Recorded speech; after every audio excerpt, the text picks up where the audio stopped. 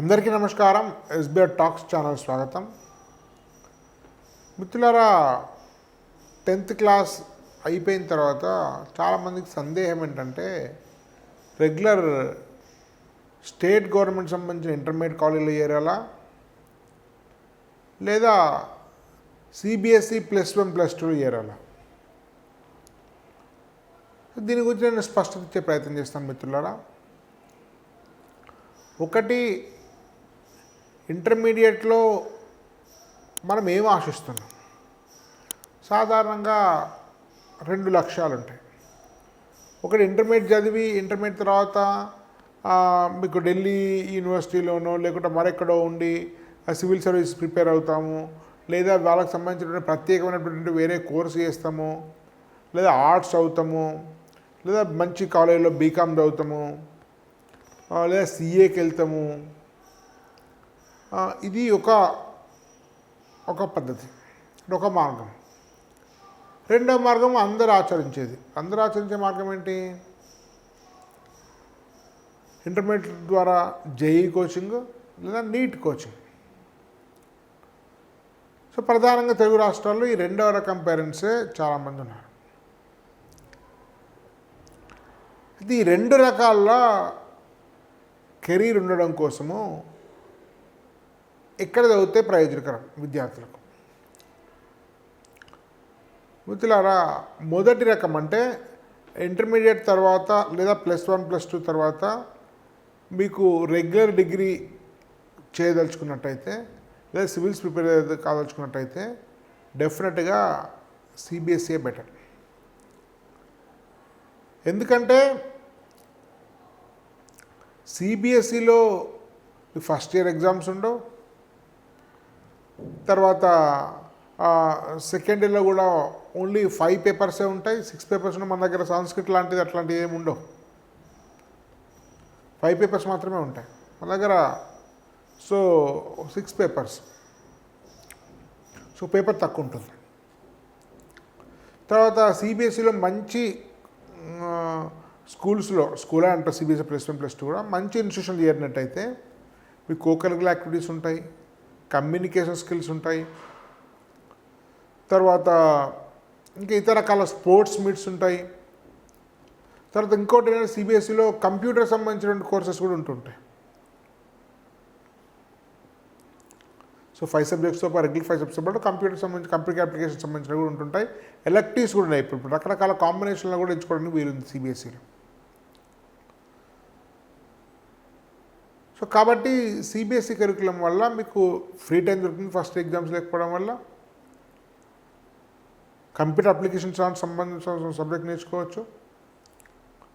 So జనరల్గా CBSE స్కూల్లో చదివేటువంటి పీపుల్, క్యాంపస్ కల్చరు, ఆ పీర్ గ్రూపు, ఇవన్నీ కూడా మీకు కొంత మిమ్మల్ని వ్యక్తిత్వం ప్రకారం మిమ్మల్ని ఇంప్రూవ్ చేస్తుంటాయి +1 +2 సంబంధించి.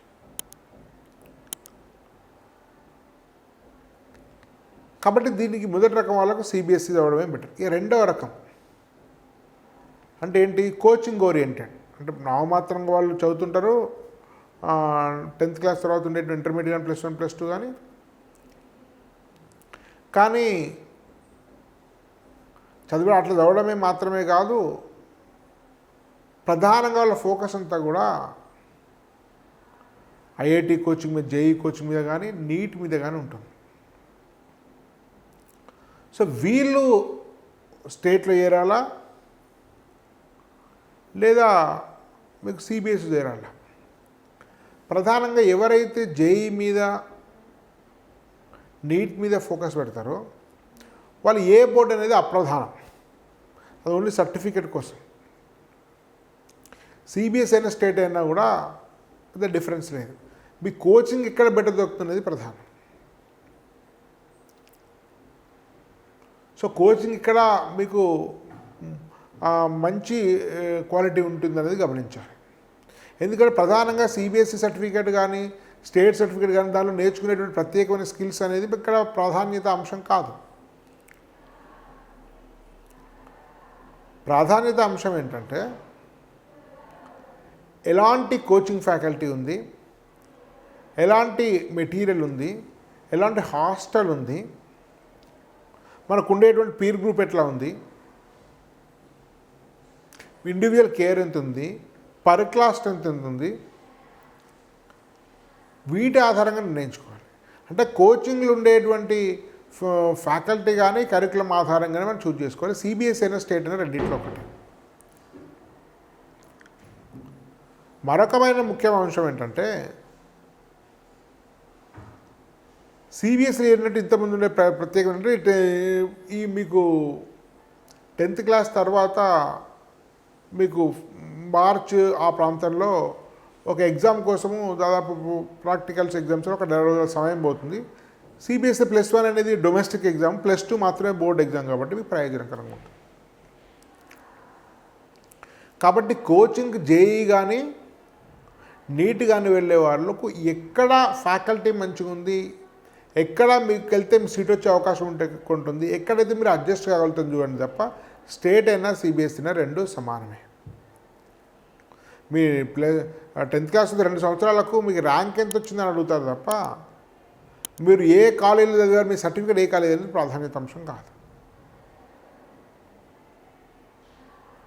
ఎందుకంటే మనకు రెగ్యులర్ ఇంటర్మీడియట్ మీద పెద్ద ఫోకస్ అంతా కోచింగ్ మీద, దానికి ఉండేటువంటి క్వశ్చన్ పేపర్స్ మీద, ఎగ్జామినేషన్ ప్యాటర్న్ మీద, ప్రాక్టీస్ మీద పెడుతుంటాం. కాబట్టి మిత్రులారా, మీ కోచింగ్ ఫ్యాకల్టీ బెస్ట్ ఉంటే హ్యాపీగా సిబిఎస్ఈ అయినా స్టేట్ అయినా రెండింటిలో హ్యాపీగా ప్రశాంతంగా చదువుకోవచ్చు. కాబట్టి మీరు జేఈ నీట్ అయితేనేమో ఫ్యాకల్టీ ఆధారంగా నేర్చుకోండి, బోర్డు ఆధారంగా కాదు. ఒకవేళ రెగ్యులర్ ఇంటర్ తర్వాత మీరు చాలా స్కిల్స్ అక్వైర్ చేసుకోవాల్సినట్టయితే, మీకు లైఫ్ స్కిల్స్ అవసరం ఉన్నట్టయితే రెగ్యులర్ డిగ్రీ చదువుతారంటే కాస్త స్వేచ్ఛ ఉంటుంది మీకు సిబిఎస్ఈలో.